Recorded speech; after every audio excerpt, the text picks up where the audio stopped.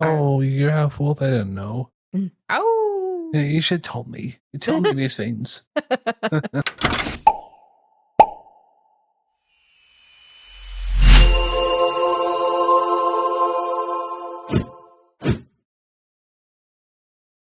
Hey, and it is the end of January, and you are locked into another episode of the Amblio podcast.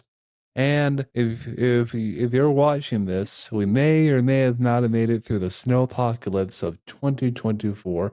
I don't know where you are in the world, but here in the U.S. in the Middle Tennessee area. Middle Tennessee area. Oh, by the way, my lovely wife Rebecca. Hi. And so in the southeast part of the world, Idaho, Illinois, Texas, Missouri, Tennessee, North Carolina, South Carolina, big, big snowstorm. We'll post, if you kept up on our socials, we've posted a few pictures there. So we may have survived, we may have not. This may be our last podcast if we didn't survive. Oh, gosh. But I guess you'll find out next week. So dramatic. Yes, we're filming this. It just started snowing. Yeah. Which has already covered a good bit of the ground. So I think it's actually going to be a really nice snow. And we don't usually get a lot of snow where we live. So this is an exciting time. I know for those who live where it snows a lot, you're like, ugh, snow. I want to move away from snow. But here it's like, this is exciting. Yeah, it's always a joy when we get snow because, as Rebecca said, we don't get it all the time, so we like to relish in it when it does come to us. Yes. And snow cream is always a must. Yes. But we are not going to be making traditional snow cream. We're going to be making a modified, healthier snow cream because what have we started, Rebecca? We've actually started with the ketogenic diet. Now, we did this once before several years ago and had great success. It worked well with our lifestyle. We ended up stopping though, just because, at least for me, I felt really restricted with the vegetable options that I could have. And I was like, I should not restrict the vegetables that I can eat. Like, that's just stupid. And I've realized, over the years after coming off of that I really don't have to. Josh and I don't have to eat the same vegetables. That's okay. Because my vegetable list consists of 2 vegetables. Yeah, pretty much. Well, no, 3. There's 3. There's spinach, broccoli, and cauliflower. Yeah. And that's it. I want more vegetables than that. I think of myself as Power from Chainsaw Man. Foul vegetables, be gone! Yeah. Oh gosh. But yeah, so ketogenic diet, again, it worked well for me. By the time this recording, we'll be doing it almost a month. And so loving it so far. Good meals, good food. We just tried, if anyone is interested in the low carb life. Yes. We just tried these fries from Aldi that we got, that they're halloumi cheese, and it's just these sticks of cheese. And halloumi is so interesting because you can fry it up until it's like golden brown and crispy, and it does wonderfully, and they taste like fries. It definitely kind of, gives you your fry fix, if I'm honest. It satisfies that feeling, that urge, and it's not like really cheesy taste. Yeah. So, oh man. So yeah, it was really good. So if you're interested, those were delicious. We'll definitely be having those. And speaking of which, for the drink of the low carb champions, Zevia, again, not sponsored. But you want to get your soda fix, that's the way to do it too. But again, these are like occasional treats. Like we usually are drinking water or coffee, electrolytes. But it's good to have these options out there. Yeah, what for when you just want a soda. Yeah, it's good. And we've got a couple new things I'll just go through really briefly. You may notice that we have a new camera. You may notice a little bit of difference. I got another DSLR camera over Christmas, the same one that I've been using for my view here on the podcast. Now it's the same one for Rebecca's view, Yeah. so she's more crisp, better than the iPhone camera, which is still pretty good. I don't know. I'm But always crispy though, Josh. you got to be crispy. Who was it? Was that an anime that we were watching that was like crispy? Something. Keep it crispy. Yeah, something. What was it? It was something we were watching. Yeah. And I was like, cringy. Oh gosh. I think that was like Crunchyroll's slogan for it, which was like "Stay crunchy." Well, stay crunchy makes sense for crunchy roll, right? But crispy, that was something else. Yeah, I don't remember. Yeah. Oh gosh. Well, anyway, since we're talking about snow a little bit later, we thought it would be appropriate. And we didn't really plan to do this on this day. We planned to do it a little bit earlier, but worked out. So we are going to be talking about a 90s film. So again, rated that to the time of our childhood with the movie Balto. Yeah. Balto. Now, it had been, gosh, years. Like I'd only seen it once as a kid, and had not seen it again until we watched it a few weeks ago. Now, Rebecca, for those who may have not seen Balto for whatever reason, and apparently there are 4 of these movies. Yeah, we haven't seen the others, just the first one. The first one is really all you need, and in my opinion. The others look like they look like the other versions of the Swan Princess. Yeah. Which is like, well, at least they didn't B do and C movies. Yeah. Well, at least they didn't do like horrible CGI. They at least kept the 2D animation. They did. Yeah, it looked pretty. It did. So Balto is all about a dog who is half dog, half wolf. And he lives in this town, very small town in Alaska in the 1920s, I think. It's like 1929, 1926, something like that. And he dreams of being a sled dog. That's his dream. But the other sled dogs are mean to him and they look down on him. And actually, everyone in the town looks down on him because he's part wolf. They think, oh, don't get too close. He's going to go feral on you. And so that's kind of how Balto lives. And then one of the little kids that he's close to gets sick and she needs medication. And so he is determined to go get this medication for her. There was like a big snow blizzard and something, and then it was dog sleds were the only option of transportation that was going to get there quick enough. And so he goes on this adventure to get the medicine for her. And that, in a nutshell, is the movie Balto. There are a few things we picked out from this movie that we'll kind of go through. Now, I really enjoyed it. It didn't seem that long. I don't even think it was like even an hour and a half, maybe a little bit over an hour. Maybe. It was pretty short. But it was jam-packed with so many good moments and things. Like it was just the right amount, I think. But yeah, there was a lot that happens that they packed into that. Not not least of which is this whole scene that's not even animated in the very beginning. So let me get on that for a moment. I saw this movie when I was 10 years old, and I was kind of off-put by it because it started out, in the real world. When I've seen animated movies, it's just cartoon animation right from the get-go. But when it first started out in like the real world, like, real people, why? And I didn't wait, for the 5 minutes. I'd be like, nah. I was confused. Like, Mom, did we rent the wrong movie?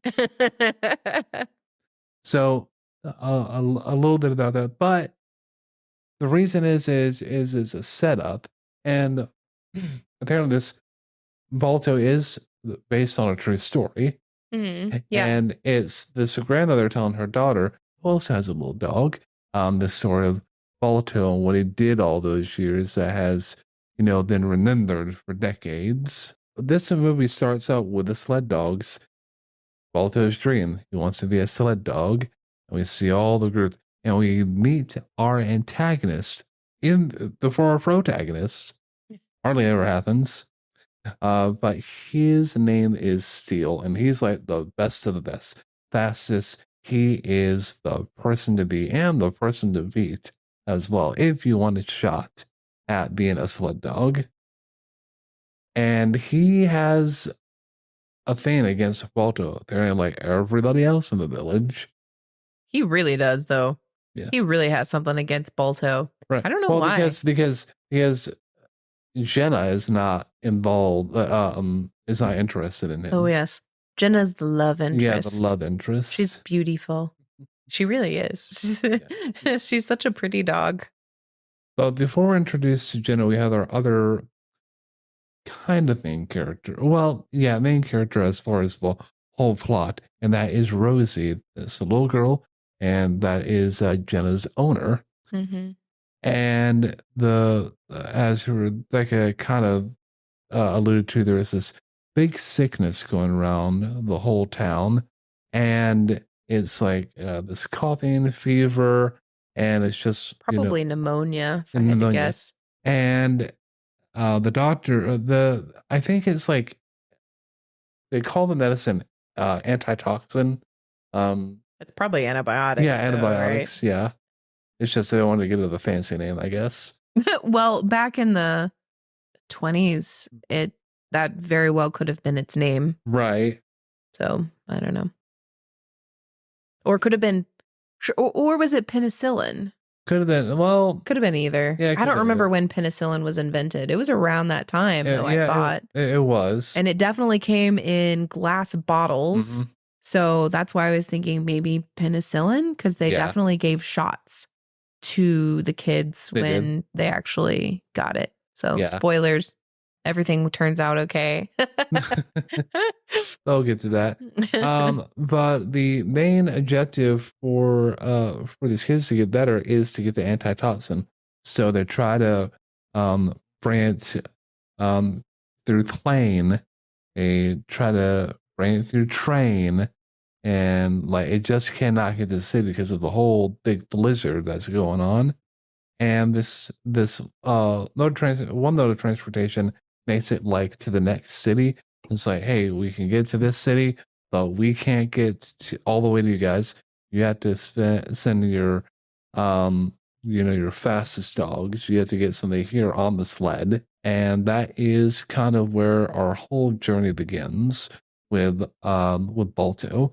He doesn't like know the whole situation that's going on until he sees Jenna looking over Rosie outside the doctor's window. Yeah. And that's incentive for him because he likes Jenna, but he also wants to prove himself as a sled dog, not as the half dog, half wolf, big that person that or animal that everybody sees him as. To me, like talking about the dog and wolf, it's like there's two parts of himself.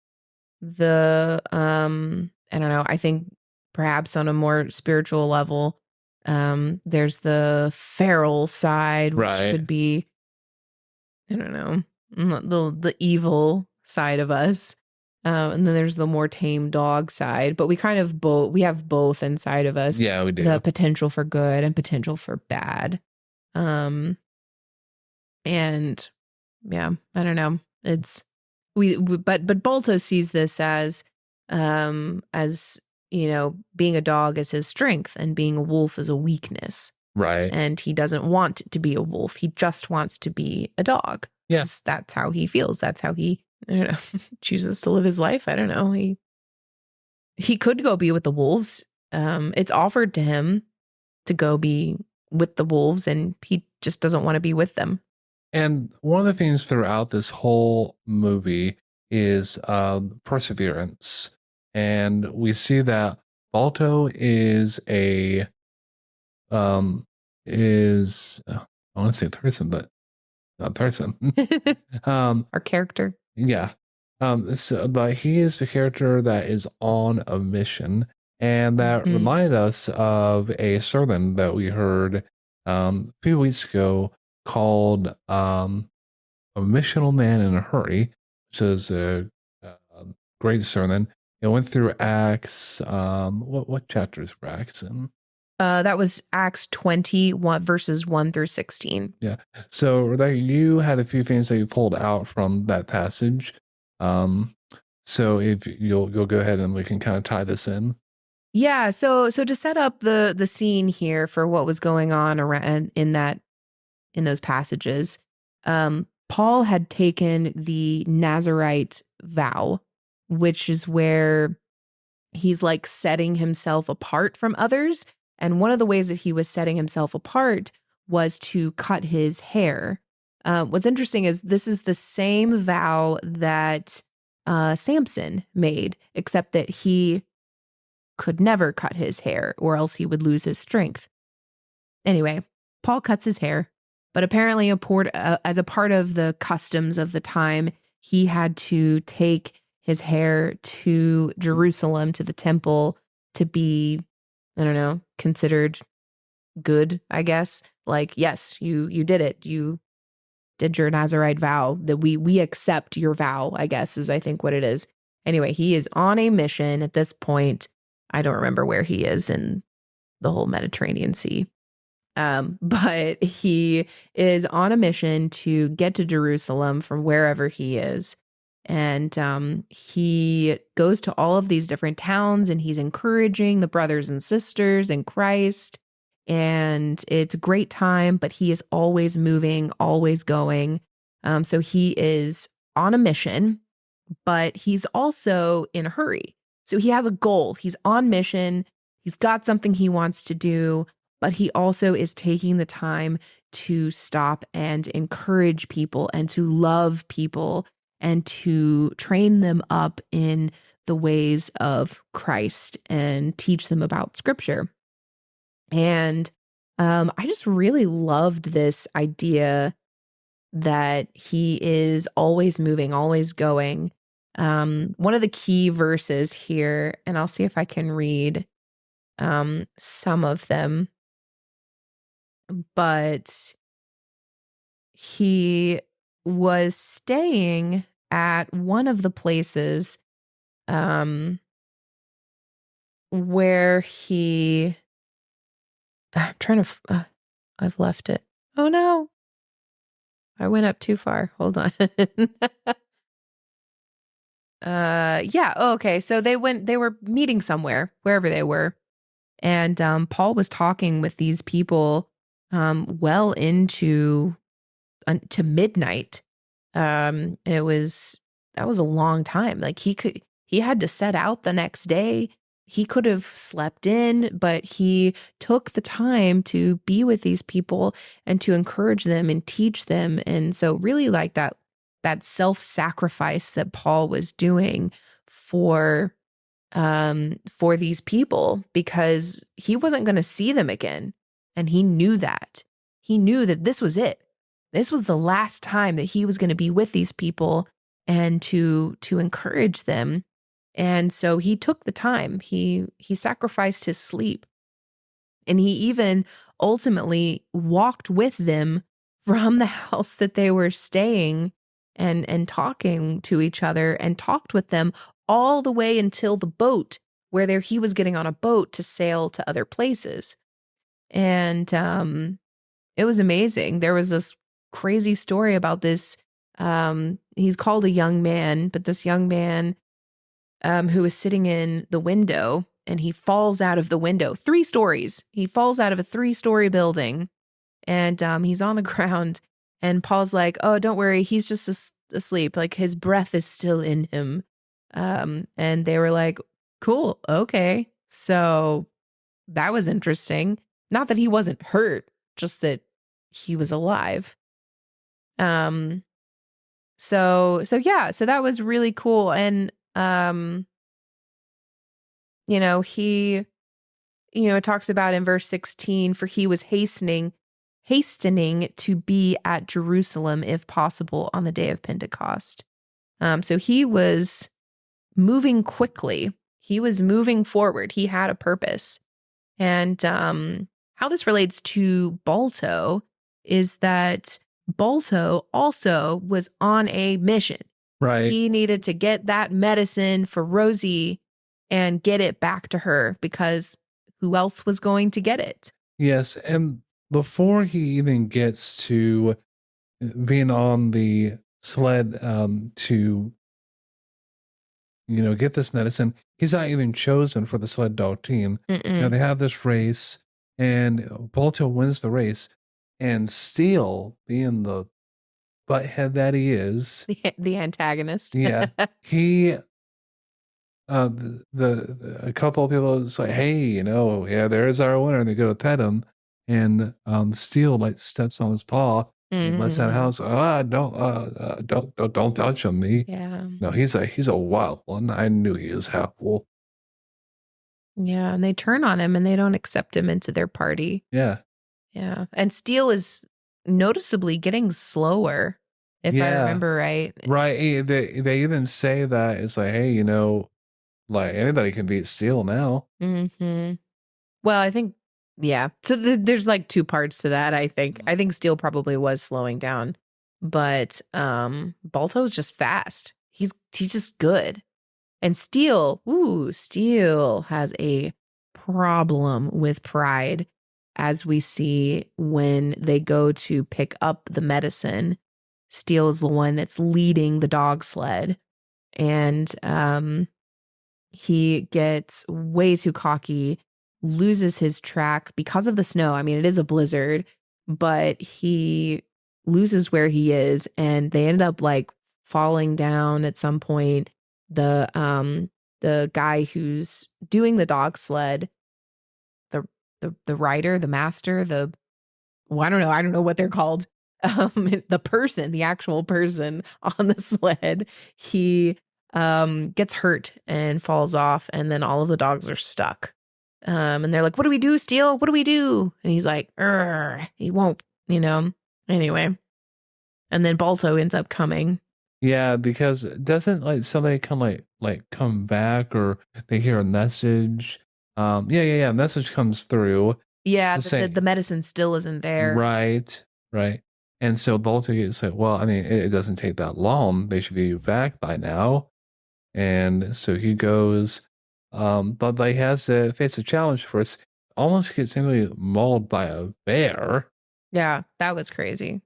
So there's that whole thing but again, he survives, of course. Yes, like David, to take down Goliath, he had to first beat the bear and the lion. Absolutely.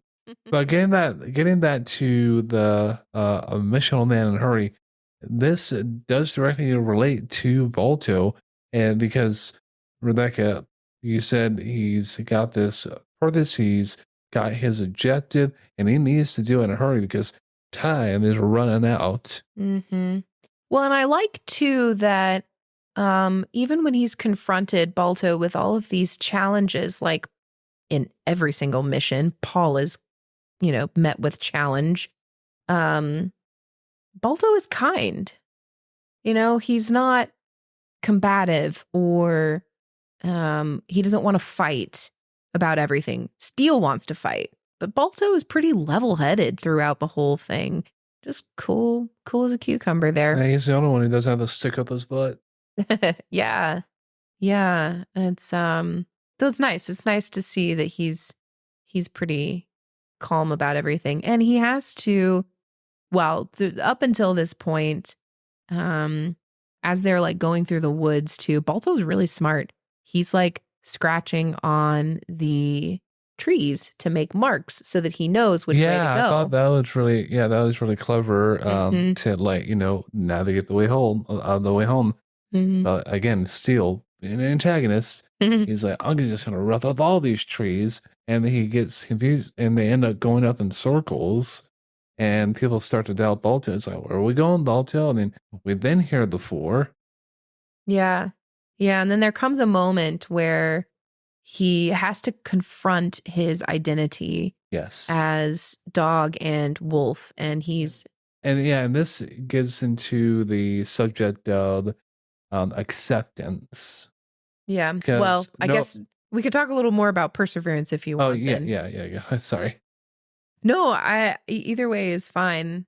Yeah, well, just a little thing about acceptance because, as I said before, nobody accepts Balto Yeah. because of his half wolf, half dog lineage, if you will. And he also doesn't doesn't think much of himself either because he's not accepted by the community. Yeah. And there comes that moment where, okay, are you dog or are you wolf? And he remembers something that Boris, and just to give you a little bit of context, Boris is this goose or geese or He's a goose. goose, I think. Yeah, his this goose that like is his only friend. And he says something to him that's like, you know what? A dog could not make this journey, but a wolf could. Mm-hmm. Yeah, so it's this idea of accepting all the parts of yourself, even the parts that you think are weak and you don't really like about yourself or want about yourself. And once you embrace your whole being, really, then you can move forward confidently and, conquer the world, basically, or at the very least, get the medication um, to the town. But this message of acceptance hits really close to home for me. Oh, you're half wolf? I didn't know. Oh, Yeah, you should tell me. You tell me these things. yes. Um, but yeah, accepting all the parts of yourself is so hard because you think so often that, I don't know, I've thought a lot of times, I think I've talked about this on the podcast, but just that like I'm not enough, that I'm either not enough or I'm too much, you know? It's like I'm not smart enough. I'm not thin enough. I'm not whatever enough. And, or I have too big of a personality and you need to be quiet and meek and all of these things. And you just wrestle with different parts of yourself. And that comes from many different sides of society, from the Christian church. I think the Christian church paints a very specific picture of the Proverbs 31 woman, which is this quiet, small, obedient woman um, who just does everything that she's told and is always completely modest. And I know there's just like a lot of things that come with that. And that can be very difficult to live up to. Anyway, but this story of Balto's journey of acceptance, um, I had struggled so much with acceptance, both of my body, the way that I looked, my intellect, all of it, that I actually tattooed on my collarbone here, beautiful and accepted. And I did it backwards so that when I look in the mirror, I can read it. And that was to remind myself every day of the truth that I am accepted. I am accepted exactly as I am. All parts of me are accepted by Christ, and not just by Christ, but also the people who love me and stand by me. And the people that love you think you're very beautiful. Thank you. Yeah. So anyway, I hope that encourages someone. But it's an important lesson, I think. And, God takes us and he uses all parts of us, I think, in our walk. Now he tells us, obviously, like, hey, that doesn't quite fit with the life that I want for you. Maybe it's time to change that. But he's always very gentle. And it's always for our good, for just refining who we are. But he makes us whole. He makes us good.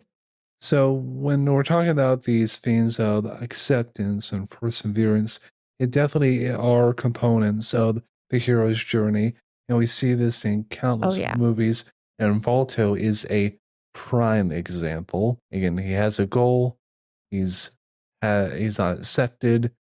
He is now the hero by the end. Yeah, and truly, by the time we get to the end of the movie, where he's brought the medicine, he is hailed as a hero for bringing it in.